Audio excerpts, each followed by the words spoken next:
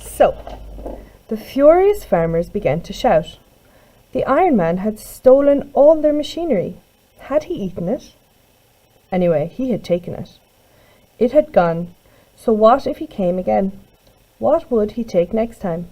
Cows? Houses? People? They would have to do something. They couldn't call in the police or the army because nobody would believe them about this iron monster. They would have to do something for themselves. So, what did they do?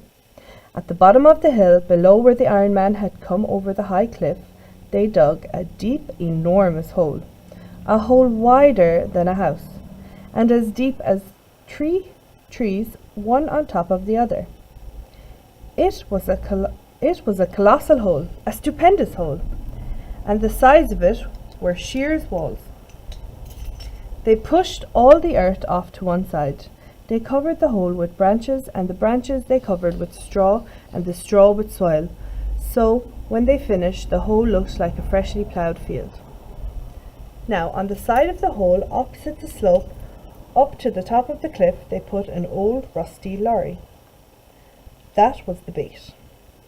Now, they reckoned the Iron Man would come over the top of the cliff, out of the sea, and he would see the old lorry, which was painted red, and he'd come down to get it, to chew it up and eat it.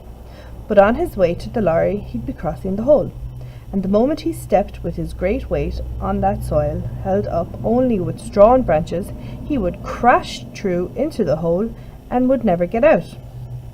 They'd find him there in the hole.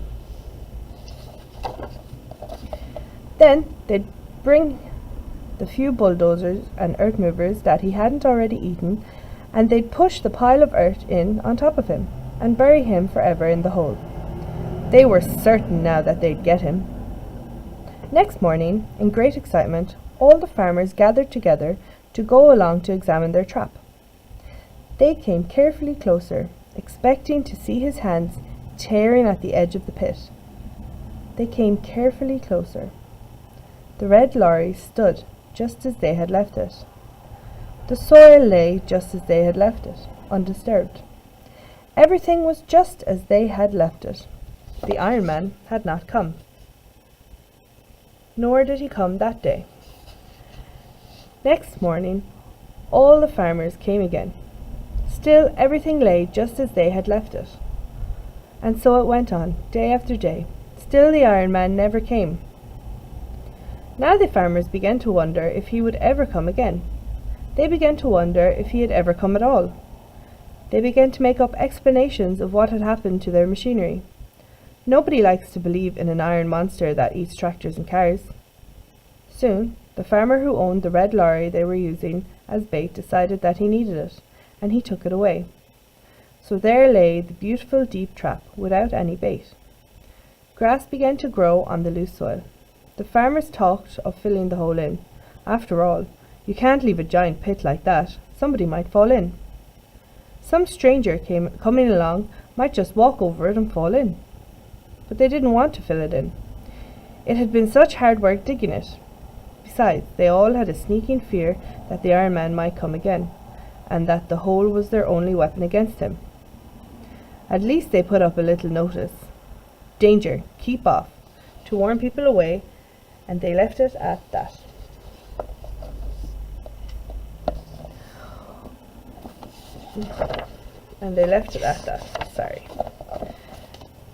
Now, the little boy Hogarth had an idea. He thought he could use that hole to trap a fox. He found a dead hen one day and threw it out onto the loose soil over the trap. Then, towards evening, he climbed a tree nearby and waited. A long time he waited. A star came out. He could hear the sea. Then, there, standing at the edge of the hole, was a fox. A big red fox looking towards the dead hen. Hogarth stopped breathing, and the fox stood without moving, sniff, sniff, sniff, out towards the hen. But he did not step out onto the trap.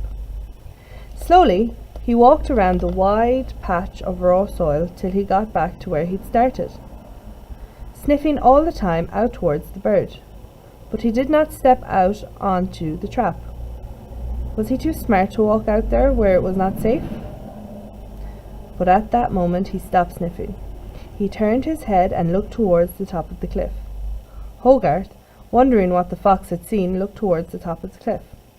There, enormous in the blue evening sky, stood the Iron Man on the brink of the cliff, gazing inland.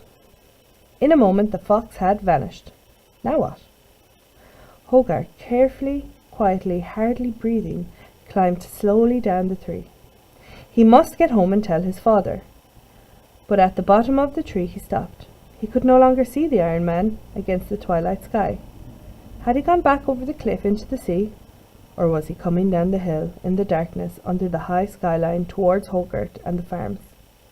Then Hogarth understood what was happening. He could hear a strange tearing and creaking sound. The Iron Man was pulling up the barbed wire fence that lay down the hill. And soon Hogarth could see him, as he came nearer, tearing the wire from the fence posts, rolling it up like spaghetti and eating it. The Iron Man was eating the barbed fencing wire. But if he went along the fence, eating as he moved, he wouldn't come anywhere near the trap, which was out in the middle of the field. He could spend the whole night wandering about the countryside along the fences, rolling up the wire and eating it, and never would any fence bring him near the trap.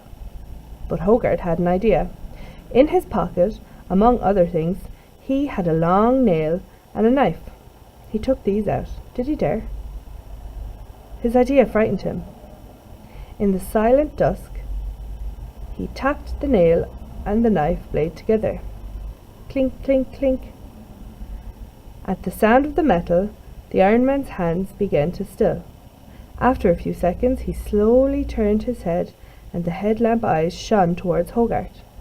Again, clink, clink, clink, went the nail on the knife. Slowly, the Iron Man took 3 strides towards Hogarth, and again stopped. It was now quite dark. The headlamps shone red. Hogarth pressed close to the tree trunk. Between him and the Iron Man lay the wide lid of the trap. Clink, clink, clink. Again he tapped the nail on the knife. And now the Iron Man was coming. Hogarth could feel the earth shaking under the weight of his footsteps. Was it too late to run? Hogarth stared at the Iron Man, looming, searching towards him for the taste of the metal that had made the inviting sound. Clink, clink, clink, went the nail on the knife. And crash! The Iron Man vanished. He was in the pit. The Iron Man had fallen into the pit. Hogarth went close. The earth was shaking as the Iron Man struggled underground. Hogarth peered over the torn edge of the great pit. Far below, 2 deep red headlamps glared up at him from the pitch blackness. He could hear the Iron Man's insides grinding down there, and it sounded like a big lorry grinding its gears on a steep hill. Hogarth set it off. He ran home with the great news, and as he passed the cottages on the way, and as he turned down the lane towards his father's farm, he was shouting, "The Iron Man's in the trap!" and "We've got the Iron Giant!" When the farmers saw the Iron Man wallowing in their deep pit, they sent up a great cheer. He glared up towards them, his eyes burning from red to purple, from purple to white, from white to fiery whirling black and red, and the cogs inside him ground and screeched, but he could not climb out of the steep-sided pit. Then, under the lights of car headlamps, the farmers brought bulldozers and earth pushers, and they began to push in on top of the struggling Iron Man all the earth they had dug when they first made the pit, and that had been piled off to one side. The Iron Man roared again as the earth began to fall on him.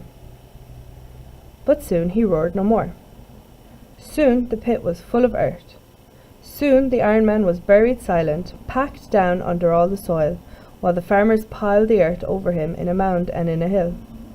They went to and fro over the mound on their new tractors, which they'd bought since the Iron Man ate their old ones, and they packed the earth down hard. Then they all went home talking cheerfully. They were sure they had seen the last of the Iron Man. Only Hogarth felt suddenly sorry. He felt quite guilty.